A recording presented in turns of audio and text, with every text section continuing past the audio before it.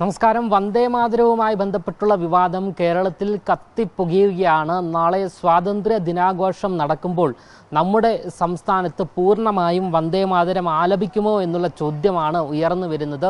ഈ ഒരു സാഹചര്യത്തിൽ ബിജെപിയുടെ സംസ്ഥാന general secretary advocate S Suresh ഇപ്പോൾ മാധ്യമങ്ങളോട് പ്രതികരിക്കുകയാണ്. അതോടൊപ്പം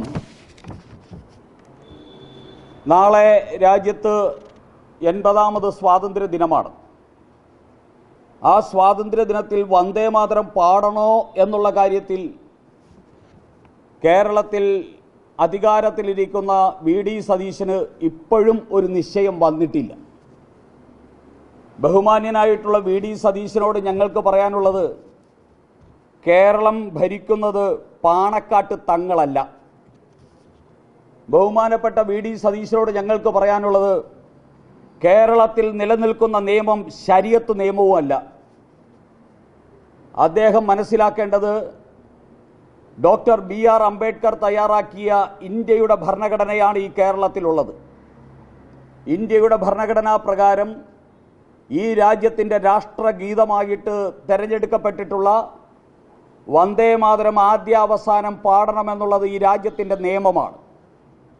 ആ നിയമം അതേപടി പാലിക്കാൻ കേരളത്തിൻ്റെ മുഖ്യമന്ത്രി തയ്യാറാവുകയാണ് വേണ്ടത്. അല്ലാതെ പാണക്കാട്ട തമ്പുരാൻ്റെ അനുഗ്രഹം വാങ്ങിയിട്ട് അദ്ദേഹം പറയുന്നത് പോലെ ചെയ്യാമെന്ന് വിചാരിച്ചാൽ ഈ സ്ഥാനം രാജിവെച്ച് പാണക്കാട്ടിൻ്റെ അടിമപ്പണി ചെയ്യുന്നതായിരിക്കും വി.ഡി. സതീശന് നല്ലത് എന്ന് ഓർമ്മിപ്പിക്കാൻ ആഗ്രഹിക്കുകയാണ്. ഇപ്പോൾ നമ്മൾ പാണക്കാട്ട് തങ്ങളുടെ കുടുംബം വലിയ മതേതര കുടുംബമെന്നൊക്കെയാണ് നമ്മൾ ഇതുവരെ കേട്ടുകേഴ്വി ഉണ്ടായിരുന്നത്. ഇന്ന് മുസ്ലിം ലീഗ് നേതൃത്വം നൽകുന്ന ഒരു മുസ്ലിം ലീഗിൻ്റെ ഒരു ഭരണകൂടം കേരളത്തിൽ വന്നതിന് ശേഷം, അതോടൊപ്പം തന്നെ കേരളത്തിലെ ജനസംഖ്യ അനുപാതത്തിൽ ചില മാറ്റങ്ങൾ വന്നു തുടങ്ങിയതിന് ശേഷം പാണക്കാട്ട് തങ്ങളന്മാരുടെ കുടുംബത്തിൻ്റെ മതേതര മുഖത്തിന് ചില മാറ്റങ്ങൾ വന്നുകൊണ്ടിരിക്കുന്നത് കേരളം മനസ്സിലാക്കണമെന്ന് ബി.ജെ.പി. ആവശ്യപ്പെടുകയാണ്. അതുകൊണ്ടാണ് വന്ദേമാതരത്തെ എതിർക്കുന്നത്. അതോടൊപ്പം തന്നെ സവർക്കറെ അപമാനിക്കാൻ ശ്രമിക്കുന്നത്, സവർക്കറുടെ പേരിൽ ഒരു ചോദ്യം തയ്യാറാക്കിയ അധ്യാപകനെ സസ്പെൻഡ് ചെയ്യാൻ ആവശ്യപ്പെടുന്നത്, അത്തരത്തിലുള്ള ആവശ്യങ്ങളൊക്കെ ഉന്നയിക്കുന്നത് ഇവിടുത്തെ പാണക്കാട് തങ്ങൾ കുടുംബത്തിന് ഈ പുതിയ അധികാരം കിട്ടിയപ്പോഴും ഇവിടുത്തെ ജനസംഖ്യാനുപാതത്തിൽ വന്ന മാറ്റവും കണ്ട് എന്തൊക്കെയോ ഈ കേരളത്തിൽ സാധിച്ചു കളയാമെന്നുള്ള വ്യാമോഹത്തിൽ നിന്നാണ് എന്നാണ് മനസ്സിലാകുന്നത്. ഇത് കേരളത്തിൻ്റെ മതേതര മനസ്സ് ഈ വർഗീയ സർക്കാരിനെയും ഈ വർഗീയ പിന്തിരിപ്പൻ രാജ്യവിരുദ്ധ സമീപനങ്ങളെയും തള്ളിക്കളയുമെന്ന് ഓർമ്മിപ്പിക്കാൻ ആഗ്രഹിക്കുകയാണ്. അതുകൊണ്ട് ഞങ്ങൾക്ക് പറയാനുള്ളത്, അഴിമതിയുമായിട്ട് യാതൊരു സന്ധിയുമില്ലാത്തൊരു പാർട്ടിയാണ് ഭാരതീയ ജനതാ പാർട്ടി.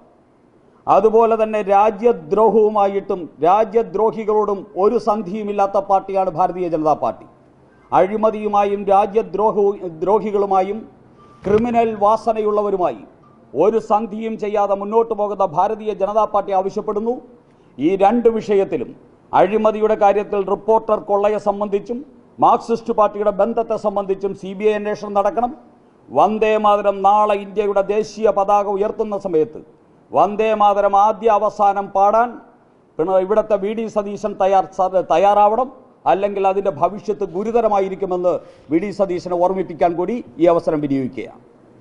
എന്തായാലും എസ് സുരേഷിനോട് മാധ്യമപ്രവർത്തകർ ചോദിച്ചൊരു ചോദ്യമാണ്, വന്ദേമാതരം ഇത്തരത്തിൽ പൂർണ്ണമായും നാളെ പാടിയില്ല എങ്കിൽ നിയമ നടപടി സ്വീകരിക്കുമോ എന്നുള്ളതായിരുന്നു ചോദ്യം ഉന്നയിച്ചത്. അദ്ദേഹം ആ ചോദ്യത്തിനായി മറുപടി പറഞ്ഞിരിക്കുന്നത് സ്വാതന്ത്ര്യ ദിനാഘോഷത്തിന് ശേഷം തീരുമാനിക്കാം എന്നുള്ളതാണ്. എന്തായാലും നിലവിലിപ്പോൾ എടുത്ത് പറയേണ്ടത്, ഇക്കഴിഞ്ഞ ദിവസം പി.കെ. കുഞ്ഞാലിക്കുട്ടി അടക്കമുള്ള മന്ത്രിമാർ വ്യക്തമാക്കിയിരിക്കുന്നത്, അതായത് വന്ദേമാതരം പൂർണ്ണമായും ആലപിക്കാൻ തയ്യാറല്ല എന്നുള്ള സൂചനയാണ് നൽകിയിരിക്കുന്നത്. നാളത്തെ കാര്യം എന്തായാലും കണ്ടറിയേണ്ടത് തന്നെയാണ്. ക്യാമറമാൻ ഷിക്കിനൊപ്പം അമൽ രുദ്ര, മറുനാടൻ മലയാളി, തിരുവനന്തപുരം.